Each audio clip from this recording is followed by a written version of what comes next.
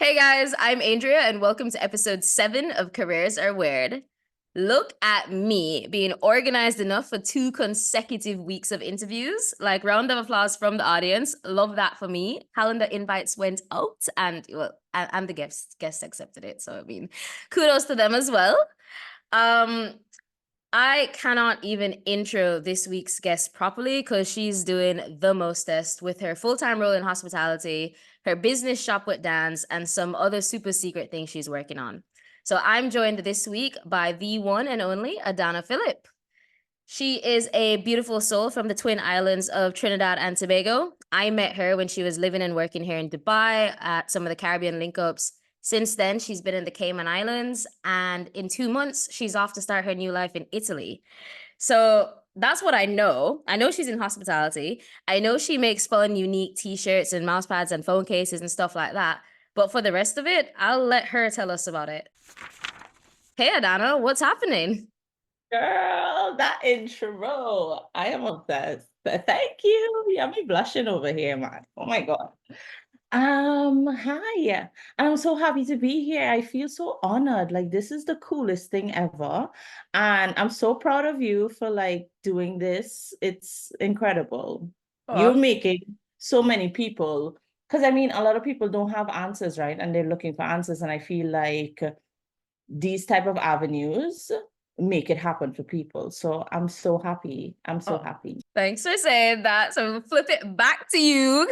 Yes, okay. So Sorry. no, Yes. no, no, no, no, don't apologize. That's really sweet of you.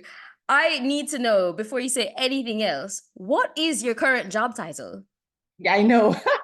So I am the sales and marketing coordinator at a 5-star Forbes property in the Grand Cayman. It's called Kimpton Seafire Resort and Spa. So we're definitely one of the number 1 properties in the world. And yeah, I'm the sales and marketing coordinator for that property. It's pretty Okay, cool. so what does that even mean? Sales and marketing up like wait, what does that mean? What do you actually do? You want the bad version or the What good version?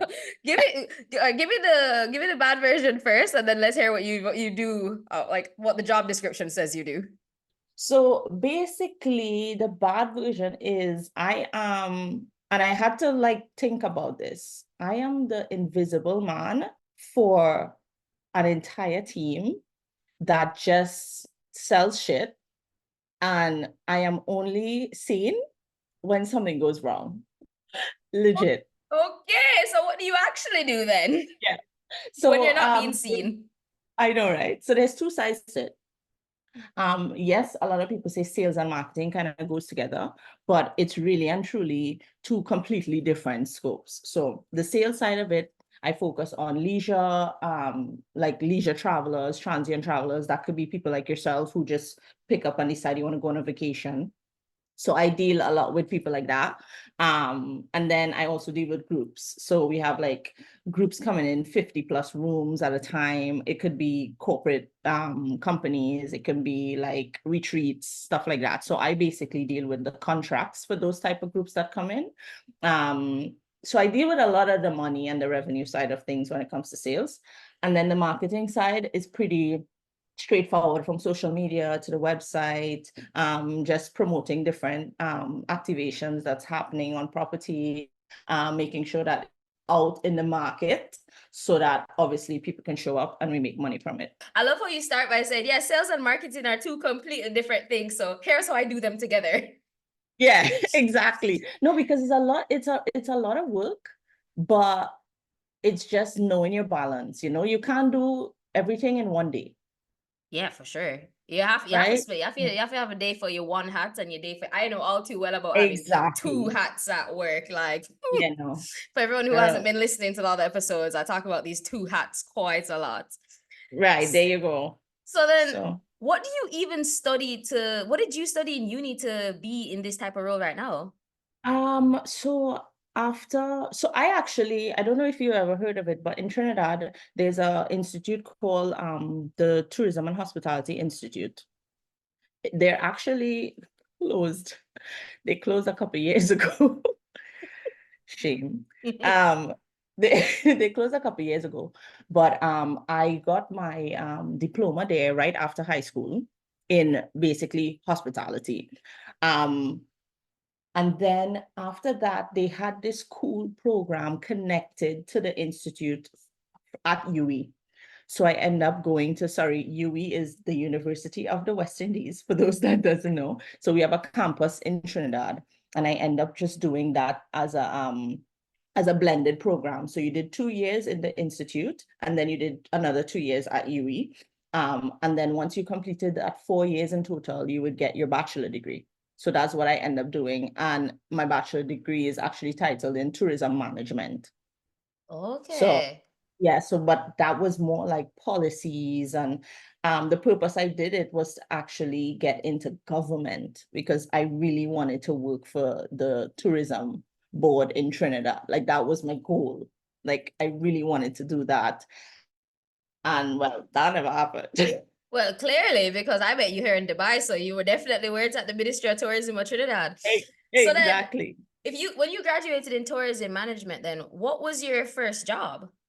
Right. So, girl, it was so difficult to get a job in Trinidad in tourism.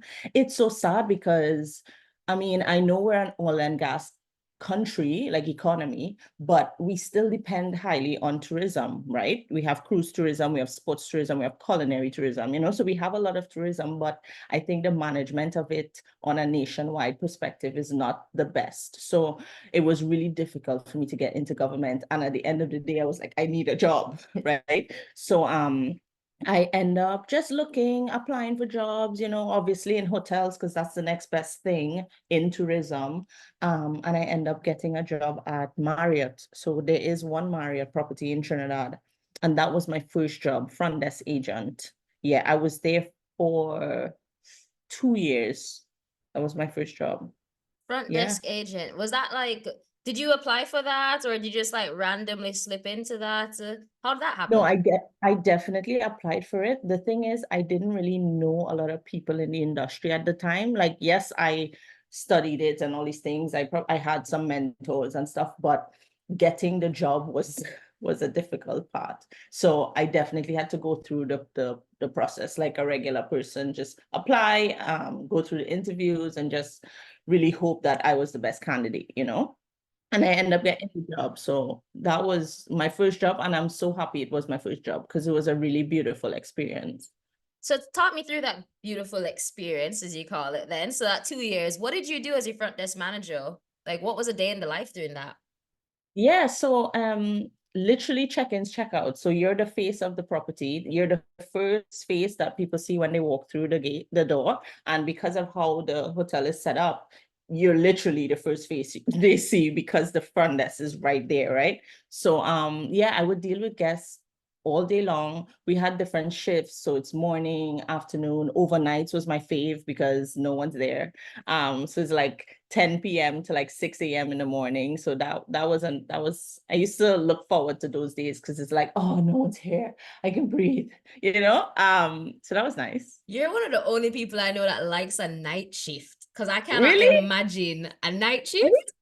Mm-mm. Girl, it's like that's the times when it's like, I feel like it's free money.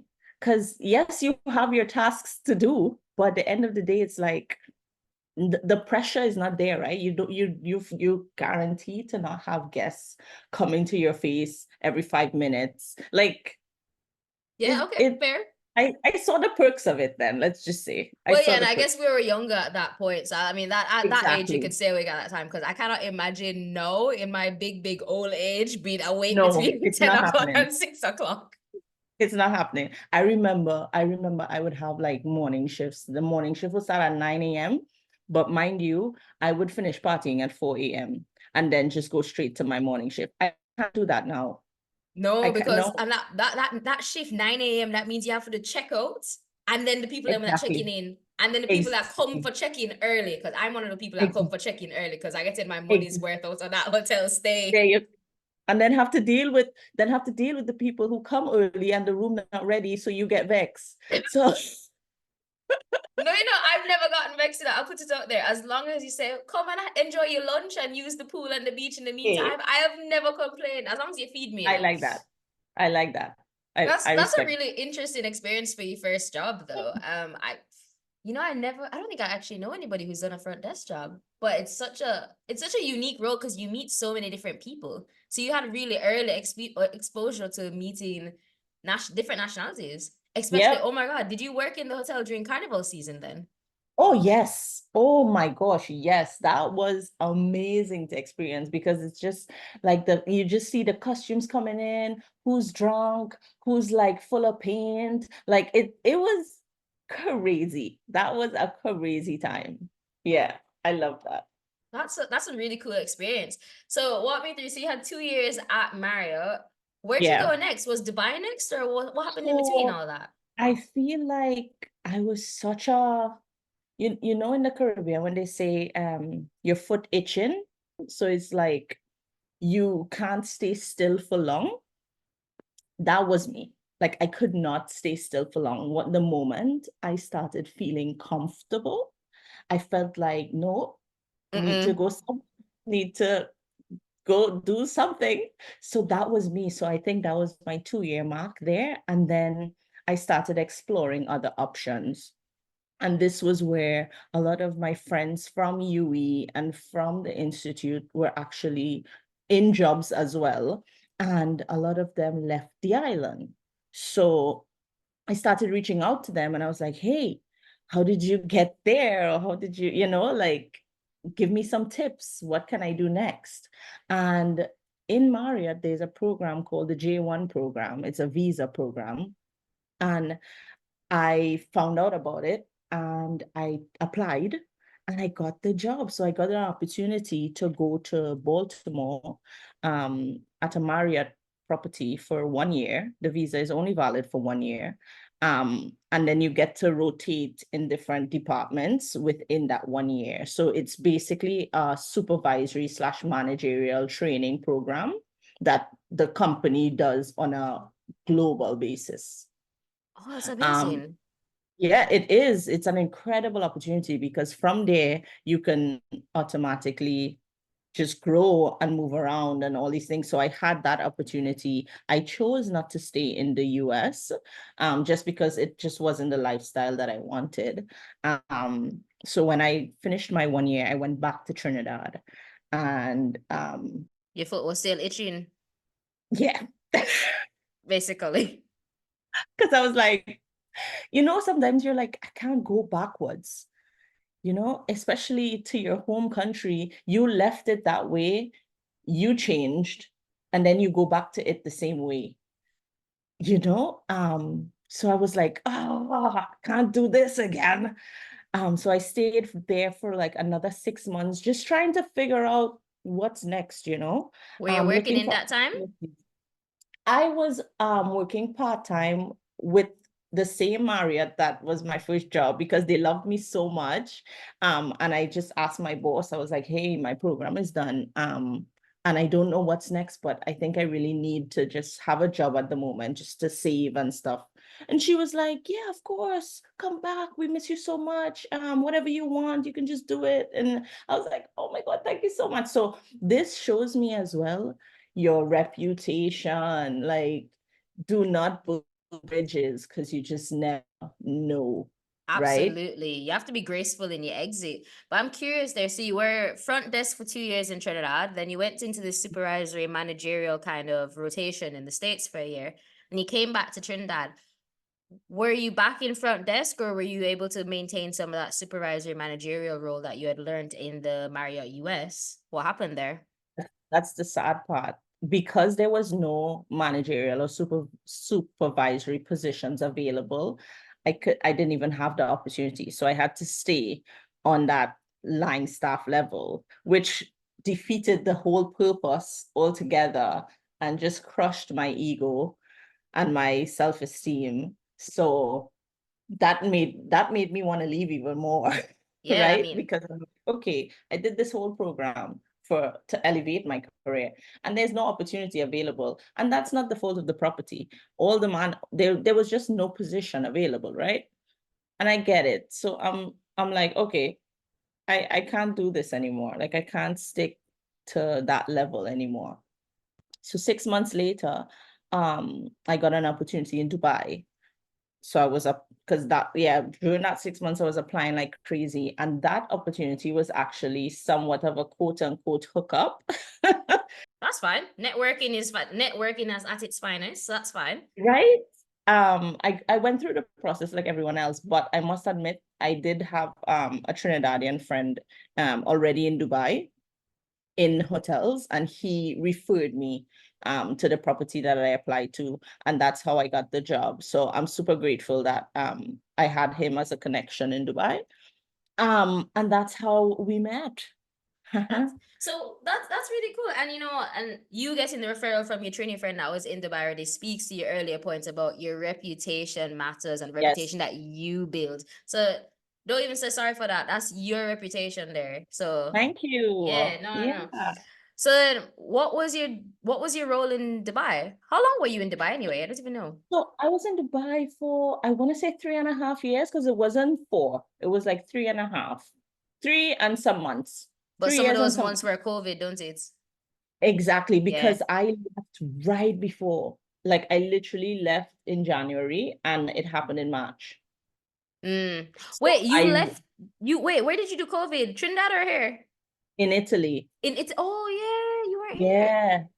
Yeah. Okay. I missed it but I'm so happy it happened like that too, because I would not survive in Dubai during a Fair, pandemic. yeah. Hospitality did suffer a lot. All right, we digressed a Exactly. little bit, but tell me, Yeah. what was your Right. role in? No, it's my fault. In Dubai. What was your what was your role in Dubai when you finally came Right. over? So I came to basically open a property. So we call it the pre-opening team. So it was still under the Marriott brand. It was just a different you know how Marriott will have different brands. So you have Courtyard, you might know this, but you have a JW, you have a Ritz-Carlton. So all of that is under one umbrella. So I came to open one of those. It was called Lapita Autograph Collection. Ooh, that was, yeah, almost Hmm. forgot. So I came to open that property in front office. So I did more of a supervisory role there. I did rooms controller. I'm saying all these terms to thinking people know what these mean, I but was I about to know say, what's a rooms I'm like, controller? I need to clarify. So that's a role tough, but it's like I am the person who is making sure your room is the room that you booked. Because you think the front desk does that, but the front desk doesn't do that. There's someone in the back who actually navigates every single reservation in the system to match what it's supposed to be in order to optimize the revenue of the property. So when Does I that make ask sense? front desk for upgrade, that don't work. So It don't work, so they gotta come through me. okay, so so when you came over, pre-opening team, room controller, or there were other roles Yes. under that? Yeah. So rooms control, I think, because I'm really trying to remember that time. But yeah, I feel like I did a little bit of everything front office, only because in hotels, you kind of have to know a little bit of everything, right? Because there will be moments where someone calls off, or it's so busy, they need extra help at the front or in the back. Like you're all over the place, you know? But I am so grateful that I did that, because I went on to a higher position at the Ritz-Carlton in the IFC. What were you doing So there? yeah, so I did 1.5 years in the Lapita, the pre-opening property, and then I did my other or remaining time in Dubai at the IFC at the Ritz-Carlton. So there I dealt strictly with VIPs. I think it's because of my work ethic. A lot of people respected that I had the ability to deal with all the rich guys. Hey, That keep them coming. So I got a really lovely job there. It was what was that more, role though? it was called, oh God, what was that called? Executive something. Executive, like, You sound like somebody yeah. whose LinkedIn is not up to date, and I'm going to be very upset when I go and look at your LinkedIn to link it in the show notes, and it's not up to date. Now you're making me want to go check. But it had something to do with like executive something. I swear to you. I don't even remember. All right, what was that day in the life of it then? Well, literally only VIPs, like, and it was an office job. So I was no longer in front of house face to face anymore. I was back of house. So I was like at the desk, like hundreds of emails at a time from all sorts of corporate clients. And usually I would deal a lot with like PAs because they're booking for their boss. Mm-hmm. And then I would be the one to be the direct contact. Like anything they need, it's me. It has to go through, you know. They don't want to deal with nobody else because I'm their rep, you know. Yeah. Like yeah, so I got to meet a lot of influential and important people in that role. I feel like you learn so much more the more people you get to meet and the more people you get to interact with. So I've never really experienced it because my first job we're really small. We're 7 people at my first company. Now my current Mm, company, we're like less than 20 people. So it's more, but it's still not nearly, it's not the size of like a Ritz-Carlton staff, and we don't have the volume of guests that you're going through. So you got to talk to all those people. So very cool. So then you were doing this very executive VIP function role. yeah, And then what? 2 years in, I fell in love. oh, you felt okay. Ooh, the two. Yes, Girl, tell me. within that time, I fell in love, and then I was just like, dang it, gotta get my shit together. So I met Aurelio in Dubai, and then we started, getting serious, and it was just like, what's next as a couple, you know? We couldn't do that in Dubai anymore. I feel like Dubai just wasn't for me as in a relationship. It was perfect for me as a single person, but in a relationship, it just wasn't that for me. So I mean, being with him, I guess we spoke in depth about the future and what's next for us. And then we decided, we knew for a fact it wasn't Dubai, so we just needed to figure out what was next, you know. And then pandemic happened. Luckily, we left Dubai in January, and then we just went to Italy trying to figure out what's next. So what were you doing in Italy for that time period?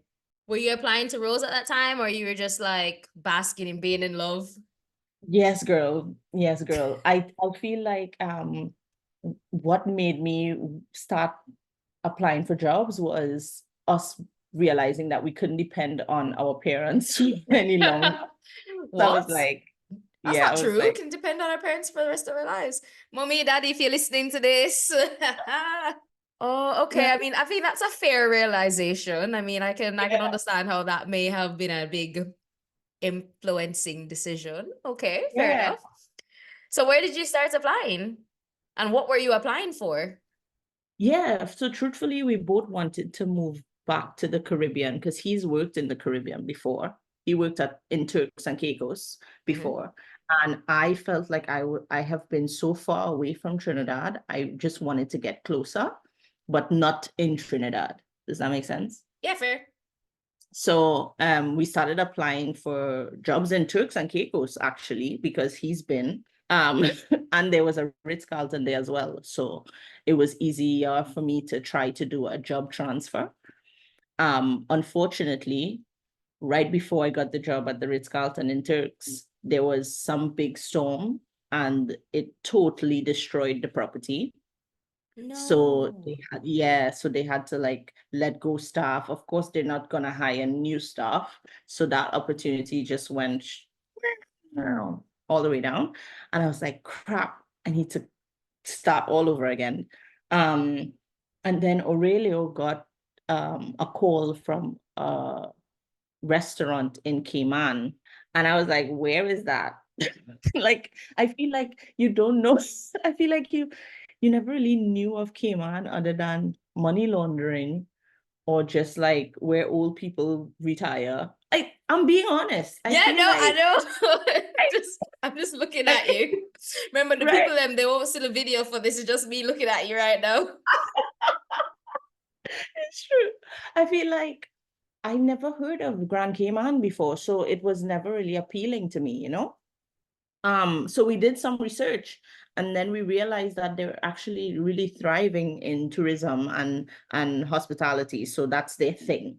And then I found out there's a Ritz-Carlton there. So I said, woo, let me apply, because it will be easier for me to do a job transfer, you know. I did that. I got the job. What was the job you Um, got? at the Ritz-Carlton, I was in concierge, I think. Yeah, I was in concierge. So those people who book everything for you. Concierge, is that closer to your front desk kind of role or closer to your back office VIP kind of role? It was closer to, actually, it was a little bit of both. Because I feel like with concierge, you definitely deal with the VIPs because they don't want to do anything for themselves. So you're gonna do everything for them. And then when it comes to front desk, you're in front of house, so you're guest facing. So you have to deal with guests if they come up to you randomly asking questions or whatever the case is. So I think it was a little bit of both, actually. Never thought of it this way. Mind you, this was somewhat between the pandemic and kind of coming out of that pandemic phase because it was 2021, right? So things were still locked down. Tourism was bad. So I feel like just having a job in general was a blessing during that time. Yeah. So Which makes it so yeah, much bolder and cooler that you were just like with the concierge job at Ritz-Carlton, like, no, this is not for me. Even though it's a period where having a job is a blessing, you still followed your heart and said, no, I'm moving on. And you took another role. What was that other? Because I have to go back through this and look at all the different roles that she has said, and they better all be listed on your LinkedIn. honestly, they're not there. Oh my God. But you wouldn't believe I took a job as a hostess. What's that? Like a waitress? No, not a waitress, but the person in front of the restaurant just taking reservations. It was the Ah, the one simplest where thing. you come in and it's just like, hey, can I have a table for 3, please? Yes, that was me. The simplest, like literally no brain work. It was just the easiest thing. But how long did you last there? Because I feel like you Six and your months. head wouldn't have 6 let you months. last Yeah, 6 6 months. months. But honestly, I think it worked out because one, like I said, the pandemic, so disaster, but it gave me time to even find this role that I'm in. So after that role is when I got this role because it just opened up like this. And literally I grabbed it and ran. And I've been in that position ever since. So it's been 3 years now. You in one job for 3 years. I Is know. this your longest role? It is. But and then of course, when I finally get to talk to you is after you're done resign and you're leaving and you're gonna be gone in 2 months. Of course. All right. All right. So you ended up in the current role that you're in now. You've Yeah. resigned. You're going to Italy. What's happening Yeah. now? Entrepreneurship. I think I'm just done with the corporate world. Not I think, I know. I know that I'm done with the corporate world and I just want to do my own thing, have my own time, be flexible enough to make my money, but still live a fruitful and full life. Amen. Amen. So on that note, tell us about Shop with Danz. When was Yeah. that born? Because that's been happening for a while. Because I got my first dance tees in, I want to say 2020. So Dance Teas actually started in Dubai, yes. And it started because, I mean, there's such a huge Caribbean diaspora in Dubai. That blew my mind because I really wasn't expecting that. And I think that just opened me up to appreciating my culture even more being away from home. Um, and then the logo, the dance logo, do you even know who gifted that to me though? Mm-mm. Justin. No, really? Yeah, Homer actually gifted that to me for a birthday of mine, and I don't remember which year, but it was my birthday, and he got this Trinidadian like artist to hand draw that image, specifically for me. Yeah. And it was so emotional because I was like, oh my God, this is an incredible gift. And it was so unique. I was like, this could actually be my brand. You know, I could use it to just be me. And that's literally how Dance Tees came to be. So I just decided to like just show empowerment and just like the love for Afro hair and the love for Black culture and Caribbean culture. So I just started creating these sorts of catchy lines, whether it's like you love your hair or these little things, you know, on t-shirts. And then people started customizing their own t-shirts. So like they would say what they're proud of or how they feel or what they want to show when they're wearing their clothes. And it was just, that was a fun time. Yeah, That I was a remember fun. mine is like I made you print Appleton on the front of my shirt, and the quote Yes, was "Drink for drunk, that me endorse." yes. And your bestie, she did Hot Gal. Oh yeah, Um, Courtney's yeah, I remember she did Hot Gal. Even Ranger, he did the banana with the gun because that was a big thing back then when the song gunman came in out. shows. You like that? Oh my God, yeah, I Get can't. that t-shirt. It was so fun. It was just fun at the time, just creating all of those ideas that you guys had. It was just fun. Like I loved it.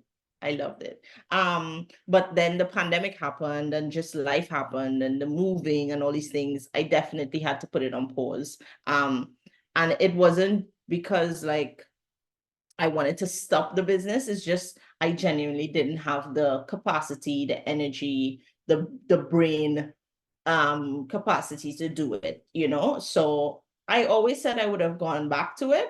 I just needed the right time. And I think that's now.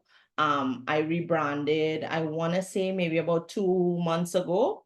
But I actually started rebranding since last year, November. Yeah, and then when the website launched, I was able to say, okay, I feel confident enough to now launch on social, you know. So that happened like about 2 or so months ago. And I feel like it's doing well. That's so good. I'm so happy for you. So now you've resigned and you're going to be doing that full time for the second half of the year. Um, Yeah. that's a Some. whole other career in itself, which definitely Oh means yeah. you have just secured yourself as a guest in 6 months' time to talk about career number two, because this is, when I say Yeah. careers are weird, this is exactly what I mean. The fact that you thought you were going to graduate university and work in the government of Ministry of Tourism in the government doing policy. Which Can part you of that sounds imagine? like policy? Like, Not even close. Not even close. And I heard the last podcast you did with your bestie. She said something that really resonated with me, and she said you should wait before you pursue more educational um stuff. And that resonated because I always wanted to do my master's, but not just life happening, but I feel like at the moment, I just didn't feel the need for it. I was like, what's the purpose? Like me getting my master's now, what's the point?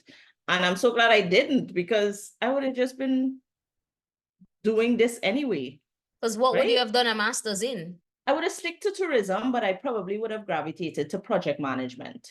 That's crazy. So let's just do a random kind of mini time machine thing. Knowing what you know now about your career, let's say, what are you, 7, 8 years into your career? What are you, 32? Yeah, but I started at like 19. Oh, wow. So yeah, you're well into your career in a sense. And it's taken you all over the world. Yeah, I want to say 10 years That's to be crazy. exact. So Yeah, knowing man. what you know now and having that 10 years of work experience, what would you do differently fresh out of uni? Don't hate me for saying nothing. That's fine. That's good. Yeah, because I feel like everything that I've done even if it was challenging, it was the right thing to do. And it brought you to all these places in the world. Yeah, yeah, man. I would have never met Aurelio. I would have never seen all these places, these countries. I feel like I wouldn't change it. That's really good to know. I think that's so nice. I think so many people do want to change things. They're like, some people would say, oh, I wish I'd studied something different. Yeah. But no, you're happy with that. No, I'm happy with it. Would you still go into Ministry of Tourism in Trinidad right now? No, no. But Oh, they it's can't really even funny. pay me enough. Fair enough. No. Honestly, I understand what the island, government island, I understand what that's like. So trust me. Listen, Adana, you are obviously going to be a repeat guest when we're talking about Shop with Danz and entrepreneurial journey and turning side hustles into full-time gigs. We have to talk again in 6 months because, well, I'm committing to the podcast still existing in 6 months. Yes, I will have stuff to talk to you about in 6 months, I promise. Good. And you'll have an up-to-date LinkedIn profile, because after this, in the show notes, guys, I'm going to link her LinkedIn. I'm going to link Shop with Dan's website, which you're going to send me, the Shop with Dan's Instagram and social pages. Guys, go check out her designs. They're actually super cool. I have a t-shirt. Actually, I've bought 2 t-shirts, but I haven't seen the new collection. And yeah, go shop. Honestly, go shop, go support. Hit the follow button. As a podcast host and, like, I guess call it a small business owner, things like following, liking, commenting, those are free, and they help these small businesses such as this podcast and Adana Shop with Danz so much more than you know. Double tap, heart that post on Instagram. It's free and it helps us so much. So I'm going to link all of that in the show notes. Adana, thank you so much for taking the time to talk to me about this, because like I said at the start, I had no idea what a career in hospitality entailed, and you've shone such a light on this whole thing for me. So that's incredible, and you've done some epic work across the years and just moved around and trusted yourself and tried new things. And, well, at least you get to fall in love in your career. Must be nice, but no, really, thanks so much for joining me. Thank you. I feel so, like, honored to have this conversation. I feel like this is definitely worth it. Thank you. Thank you. Everyone, careers are weird. I will have a new episode for you next Wednesday. I hope you enjoyed this conversation with Adana. Go like, follow, subscribe everywhere that you know you're supposed to do it. And until next Wednesday, stay weird and stay ambitious, my friends.